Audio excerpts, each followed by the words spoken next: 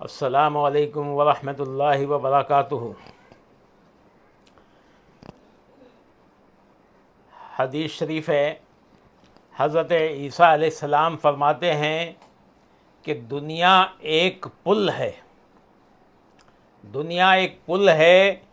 اس پل پر سے گزرنا ضروری ہے، اور پل پر عمارت بنانا اور اس کو زینت سے آراستہ کرنا اور پھر چھوڑ کر چلے جانا نہایت جہالت اور ذلت ہے۔ دوستو، چونکہ دنیا میں غور و خوض کرنا بہت آسان ہے، اس لیے دنیا دار یہ سمجھتا ہے کہ دنیا سے سلامت نکل جانا بہت ہی آسان اور مزیدار ہوگا۔ یعنی دنیا سے چلے جانا، وہ یہ سمجھتا ہے کہ دنیا سے جانے میں تو کوئی تکلیف ہی نہیں ہے، دنیا سے تو آرام سے چلے جائیں گے، کتنا بھی دنیا میں گھس جاؤ، کتنا بھی دنیا میں کما لو، اگر دنیا سے نکلنا ہے تو بڑے آسانی سے نکل کے ہم لوگ جو ہے درویشی کی زندگی گزار سکتے ہیں یا ترک دنیا کر سکتے ہیں۔ حالانکہ بات یہ نہیں ہے، بلکہ دنیا کے اندر پھنس جانا بہت آسان ہے، اور دنیا سے باز سلامت نکلنا نہایت ہی مشکل ہے۔ کیونکہ دنیا دار جب دنیا میں پھنس جاتا ہے تو لا محالہ گناہگار ہو ہی جاتا ہے، پھر سلامت نکل ہی نہیں سکتا۔ سلامت تو ترک دنیا کرنے والا ہی جائے گا۔ ایک اقوال ہے حضرت مولا علی مشکل کشا علیہ السلام کا، بلکہ اقوال کیا ہے، آپ نے ایک خط لکھا تھا حضرت سلمان فارسی رضی اللہ عنہما کو کہ دنیا سانپ کے جیسی ہے، اس کے ظاہر کو ہاتھ لگاؤ تو نرم اور چکنا معلوم ہوتا ہے، لیکن اس کا زہر انسان کو مار ڈالتا ہے۔ دوستو، جن لوگوں نے سانپ کو دیکھا ہے یا کبھی سانپ کی چمڑی یا اسکن کو چھوا ہے، زندہ سانپ کی یا مرے ہوئے سانپ کی،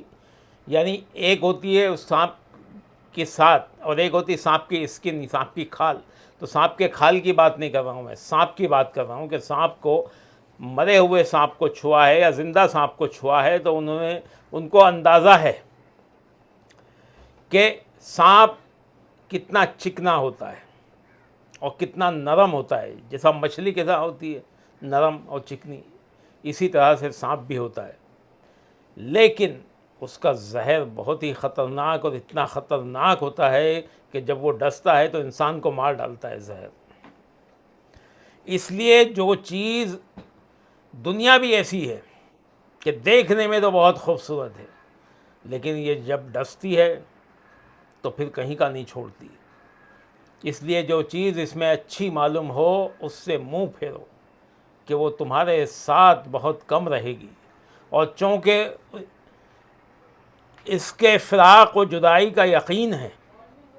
یعنی دنیا چھوٹنے والی ہے اور اس سے جدائی ہونے ہی والی ہے، ہر ایک جانتا ہے، تو اس کے ترددات اور پریشانیوں کو بھی برطرف کرو اور ختم کرو،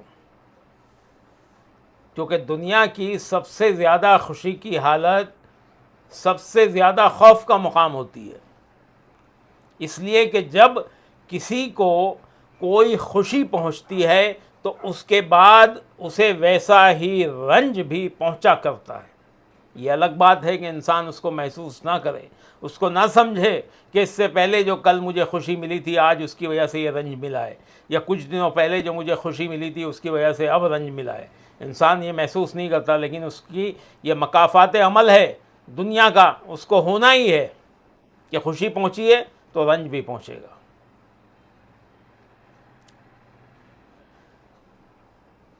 ایک اور حدیث شریف ہے، حضور اقدس صلی اللہ علیہ وسلم فرماتے ہیں کہ حق یہ ہے کہ جس طرح پانی میں چلنے سے قدم ضرور تر ہوتے ہیں، یعنی جب آپ پانی میں چلو گے تو آپ کے قدم بھیگ جائیں گے، آپ کے پاؤں بھیگ جائیں گے، پیر آپ کے بھیگ جائیں گے،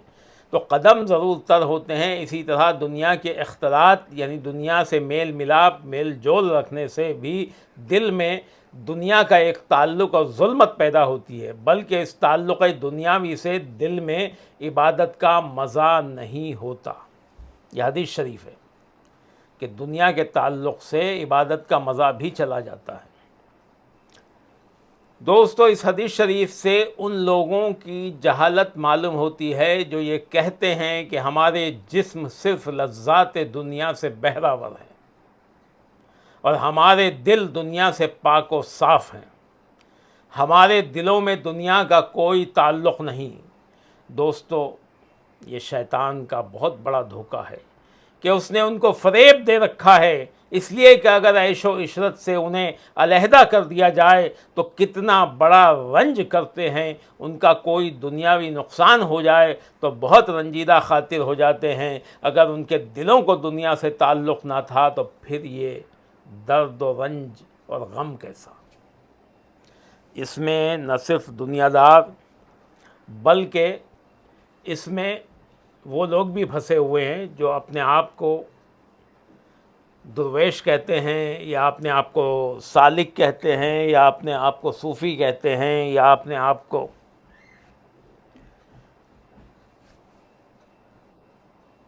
اللہ والے کہتے ہیں۔ وہ سمجھتے ہیں کہ ہمارے پاس تو سب کچھ ہونے کے باوجود بھی ہمیں اس سے کوئی فرق نہیں پڑتا، کیونکہ ہمارے جسم جو ہیں وہ دنیا کی لذات سے ہمارے صرف جسم بہراور ہیں، ہمارے دل تو اللہ کی طرف لگے ہوئے ہیں۔ یعنی ہم اچھا پہنتے ہیں، اچھی گاڑیوں میں بیٹھتے ہیں، اچھی جگہ آتے ہیں، اچھی جگہ جاتے ہیں، اچھے محلوں جیسے مکانوں میں رہتے ہیں۔ مرشدان کرام بھی آج کے، تو اگر ان سے سوال کیا جاتا ہے تو بولے یہ تو اللہ کی نعمت ہے، اور ہمارے تو جسم صرف لذت محسوس کر رہے ہیں،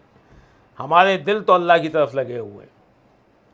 لیکن سرکار تو کیا فرما رہے ہیں کہ پانی میں چلنے سے قدم گیلے ہو جائیں گے، قدم ضرور تر ہوں گے۔ تو دنیا میں رہنے سے دنیا کے تعلق سے تمہارا دل بھی دنیا کے تعلق سے گیلا ضرور ہوگا، دنیا کے تعلق میں ضرور پھنسے گا، اور پھر تمہاری عبادتوں کا مزہ ختم ہو جائے گا۔ تو دوستو، اس لیے جو چشتیت میں ترک دنیا سب سے پہلا کام ہے، وہ اسی لیے ہے کہ ترک دنیا کر کے سکون کے ساتھ سالک کو اس سے لو لگانی چاہیے۔ اور یہ جو مذمت دنیا اور دنیا کا جو میں نے پروگرام بنایا، وہ اسی لیے بنایا ہے کہ سالک کو معلوم ہو کہ دنیا اس کی راہ میں کتنی خطرناک گھاٹی ہے، اس سے اس کو بچنا کیسا ہے، اس کے لیے یہ سب چیزیں میں بتا رہا ہوں۔ آپ کو ایک روایت پیش کرتا ہوں۔ ایک روایت ہے حضرت عمر بن عبدالعزیز، جو بنو امیہ میں سے صرف ایک ہی ایسے خلیفہ ہیں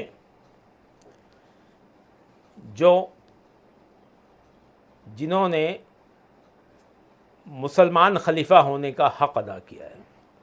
کتابوں میں تو یہ آتا ہے، اللہ جانتا ہے ان کا، لیکن تاریخ یہ بتاتی ہے کہ بنو امیہ کے سب سے اچھے خلیفوں میں سے عمر بن عبدالعزیز اچھے خلیفہ تھے، اور ان کے دلوں میں اہل بیت کی محبت بھی تھی۔ تو حضرت عمر بن عبدالعزیز جب خلیفہ بنے تو انہوں نے خواجہ حسن بصری رضی اللہ عنہ کو خط لکھا، جو خواجگان چشت ہیں، خواجہ خواجگان ہیں، اور چشتیت کے سب سے پہلے خلیفہ ہیں، مولا علی کے پہلے خلیفہ ہیں، طریقت کے ولایت کے پہلے خلیفہ ہیں حضرت خواجہ حسن بصری، اور تمام سلاسل انہی سے جا کے ملتے ہیں۔ تو حضرت خواجہ حسن بصری رضی اللہ عنہ کو خط لکھا کہ مجھے کچھ نصیحت فرمائیں تاکہ میرے کام آئے اور میں بار خلافت میں صحیح ڈھنگ سے ادا کر سکوں۔ تو اب اس کا جو جواب دیا ہے حضرت خواجہ حسن بصری رضی اللہ عنہما نے، وہ تمام سالکوں کے لیے مشعل راہ ہے۔ اور اگر مسلمان بھی اس سے فیضیاب ہونا چاہیں تو بڑی ان کی بھی راہ، وہ بھی مومن بننے کی راہ ان کے لیے آسان ہو سکتی ہے۔ حضرت خواجہ حسن بصری رضی اللہ عنہ فرماتے ہیں، آپ نے جواب میں لکھا کہ حمد و صلات کے بعد واضح ہو کے دنیا جائے سفر ہے نہ کہ اقامت کا گھر، یعنی دنیا جو ہے وہ سفر کرنے کی جگہ ہے، یہاں رکنے کا رہنے والا گھر نہیں ہے، یعنی یہ مسافر کے لیے ایک راستہ ہے، اپنے راستے پر چلنے کی ایک سڑک ہے، یہاں رکنے گھر بنانے یا گھر اقامت یعنی ٹھہرنے والا یا رکنے والا یا رہنے والا گھر نہیں ہے۔ پھر آگے آپ لکھتے ہیں کہ حضرت آدم علیہ السلام جو جنت سے دنیا میں اتارے گئے تو عقوبت کے لیے نہ کہ سرور و راحت کے لیے، یعنی جنت سے حضرت آدم علیہ السلام کو جو اتارا گیا تو عقوبت کے لیے یعنی مصیبت کے لیے، نہ کہ سرور و راحت کے لیے، آزمائش کے لیے، نہ کہ یہاں پہ تم کو جنت کے جیسی راحتیں دینے کے لیے اتارا گیا۔ اے عمر، دنیا سے ڈرتے رہو، اس کو ترک کر دینا زاد آخرت ہے۔ دنیا کو ترک کرنا آخرت کے سفر کا سامان ہے، زاد آخرت ہے، آخرت کا سامان ہے۔ غنا و ثروت اس دنیا کی محتاجی ہے۔ ہم دنیا دار لوگ سمجھتے ہیں نا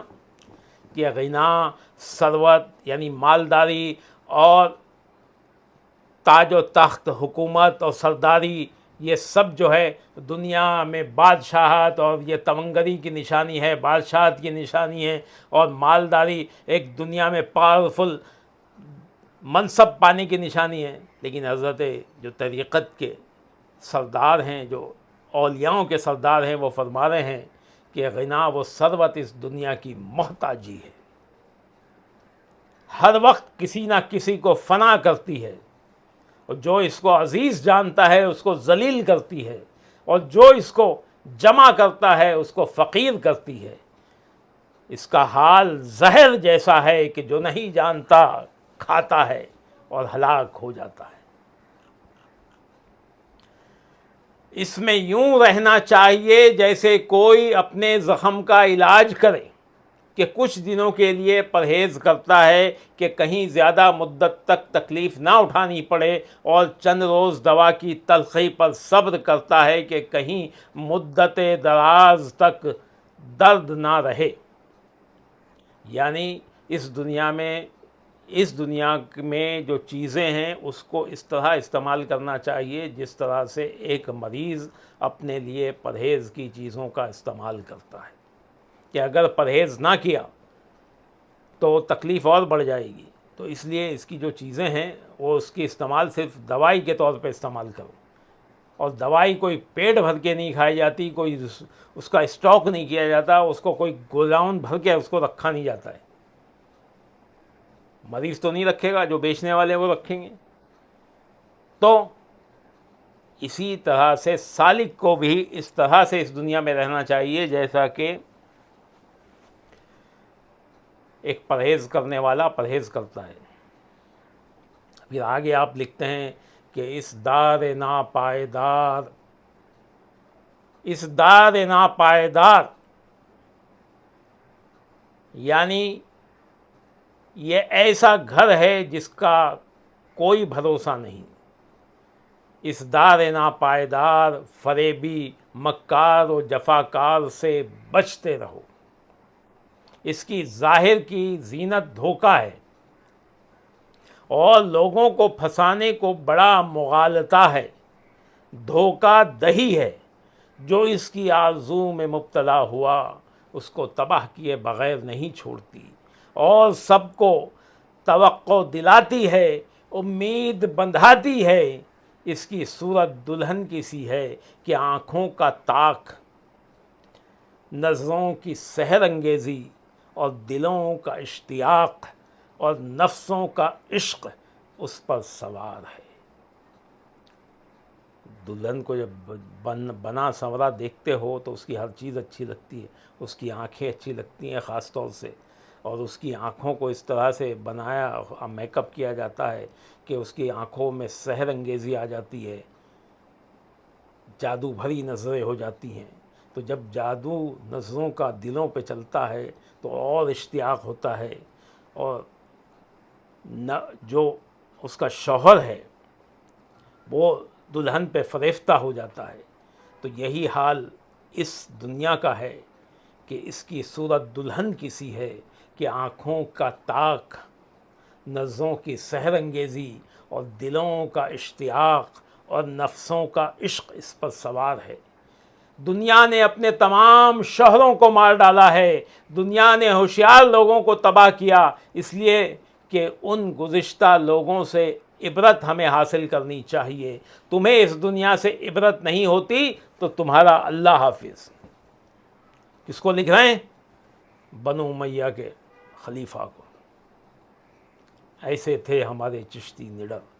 پھر آگے فرماتے ہیں کہ جو لوگ اللہ تعالیٰ کو پہچانتے ہیں وہ اس دنیا سے ہمیشہ ڈرتے ہیں، اور جو دنیا کے عاشق ہیں ان کا حال یہ ہے کہ جہاں ان کی حاجت پوری ہوئی اور دنیا خواہ مخواہ پسندیدہ ملی تو مغرور و سرکش ہو کر آخرت کو بھول جاتے ہیں، اور عقل کو اس میں ایسے لگاتے ہیں کہ ان کے قدم جادۂ مستقیم سے لغزش کھا جاتے ہیں، یعنی صراط مستقیم سے ہٹ جاتے ہیں، اللہ کی راہ سے ہٹ جاتے ہیں۔ پھر نزا کے وقت بڑی ندامت، موت کے وقت بڑی ندامت، اور سکرات موت کے وقت ذلت اٹھاتے ہیں، یعنی جب روح قبض ہوتی ہے اس وقت ذلت اٹھاتے ہیں۔ اور جو دنیا کی رغبت کرتا ہے پھر اپنا مطلوب نہیں پاتا، اور نہ اس کا نفس دنیا کی مشقت سے روکتا ہے، اور اسی حال میں بے سر و سامان دنیا سے رخصت ہو جاتا ہے۔ اے امیر، پھر اس کو مخاطب کر کے کہتے ہیں، اے امیر تم اس سے ڈرتے رہو، اور جس وقت تمہیں اس میں زیادہ خوشی ہو اس کا زیادہ خوف کرنا، اس لیے کہ دنیا دار اگر کسی خوشی میں اطمینان کرتا ہے تو دنیا اس کو رنج میں ڈالتی ہے، تو جو دنیا میں خوش ہے اسے غموں میں ڈالتی ہے۔ یہ دنیا اپنے مقیموں یعنی اپنے رہنے والوں کو دھوکہ دیتی ہے۔ جو آج اس میں نفع پاتا ہے وہ کل ضرور ضرر اٹھائے گا، نقصان اٹھائے گا۔ اس میں وسعت عیش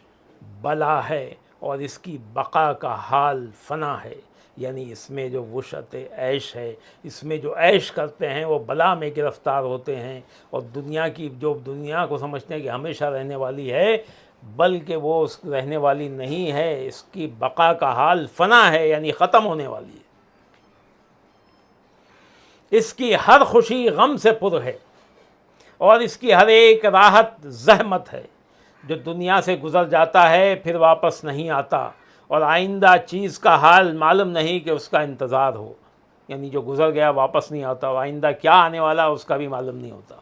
اس کی تمام آرزوئیں جھوٹ ہیں، اور تمام امیدیں بے فروغ ہیں، یعنی امید سے کوئی واسطہ ہی نہیں رکھ سکتے۔ اس کی صفائی میل کچیل ہے، اور اس کی زندگی ہر طرح حسرت ہے، یعنی آدمی یہ سمجھتا ہے کہ میں اس میں سے کچھ لے کے اپنے دل کو میل کو صاف کروں گا، تو بلکہ اور اس کی صفائی اگر اس سے کرنا چاہے گا تو اور میل کچیل ہوگا، ترک کر کے ہی دل کی صفائی ہوگی۔ اور اس کی زندگی ہر طرح سے حسرت ہے، حسرت۔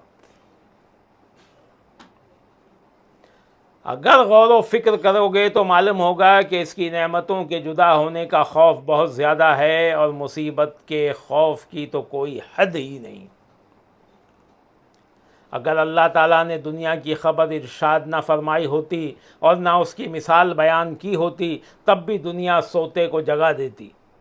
یعنی جو سوئے ہوئے ہیں، جو دنیا میں کھوئے ہوئے ہیں، ان کو جگانے کے لیے کافی ہے، کیونکہ جب خوشی ہوتی تو ٹھیک ہے، لیکن جب نقصان ہوتا ہے، جب غم آتا ہے تو وہ جگانے کے لیے آتا ہے۔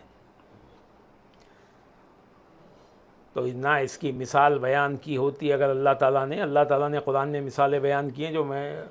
اور حدیثوں میں مثالیں بیان آئی ہیں جو میں پہلے بتا چکا ہوں۔ تو دنیا کی اگر مثال بیان نہ کی گئی ہوتی تب بھی دنیا سوتے کو جگا دیتی اور غافل کو ہوشیار کر دیتی۔ پھر جب اللہ تعالیٰ نے اس سے منع فرمایا ہے، جب اللہ تعالیٰ نے اس دنیا سے زیادہ تعلق رکھنے سے منع فرمایا ہے تو تب تو بطریق اولا اس سے ہوشیاری ضروری ہے۔ اس دنیا فانی کی قدر قادر مطلق کے نزدیک کچھ نہیں، اور جب سے دنیا کو پیدا کیا اس کی طرف نگاہ نہیں کی۔ سوچو کہ دنیا وہی پلید شے ہے کہ حضور نبی پاک صلی اللہ علیہ وآلہ وسلم پر دنیا کے خزائن چابیوں سمیت حوالے کیے گئے تھے، یعنی تمام کائنات کے خزانے ان کی چابیاں آپ کے سامنے ڈال دی گئی تھی، جبریل امین نے لا کے ڈال دی تھی آپ کے قدموں میں۔ اگر آپ اس کو قبول فرما لیتے تو بھی اللہ تعالیٰ کے نزدیک آپ کا مرتبہ مچھر کے پر کے برابر بھی کم نہ ہوتا، مگر آپ نے اس کو قبول نہ فرمایا، اس لیے کہ آپ کو اللہ تعالیٰ کے امر کی مخالفت بری محسوس ہوئی، اور جس سے اللہ تعالیٰ بغض رکھتا ہے اس کے ساتھ محبت اچھی نہیں۔ بہرحال اللہ تعالیٰ کے نزدیک دنیا بے قدر تھی، اسے قبول فرما کر اسے قدر دینا آپ صلی اللہ علیہ وسلم نے ادب نہ سمجھا، اس لیے اسے قبول نہ فرمایا۔ بس اللہ تعالیٰ نے جو دنیا کو نیک بختوں سے دور رکھا ہے تو یہ صرف امتحان کے لیے ہے، اور اپنے دشمنوں کے لیے جو اس کو پھیلایا ہے، یعنی دشمنوں کو جو عطا کرتا ہے، ان کے مغالطے اور دھوکے کے لیے یہی وجہ ہے کہ جس کو دنیا پر قدرت ہو جاتی ہے اس کو گمان ہو جاتا ہے کہ اللہ تعالیٰ نے اس کو بڑی عزت دی ہے۔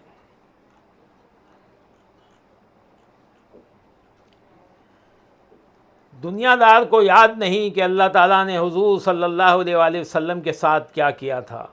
کہ بظاہر بھوک کی وجہ سے اپنے شکم مبارک پر پتھر باندھا تھا۔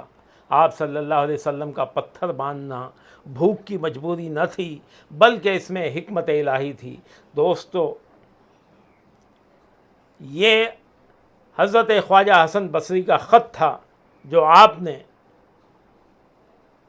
عمر بن عبدالعزیز کے جواب میں لکھا تھا، اور یہ وہ نصیحتیں ہیں جس پر عمل کر کے سالک بھی اپنی راہ طریقت کو سنبھال سکتا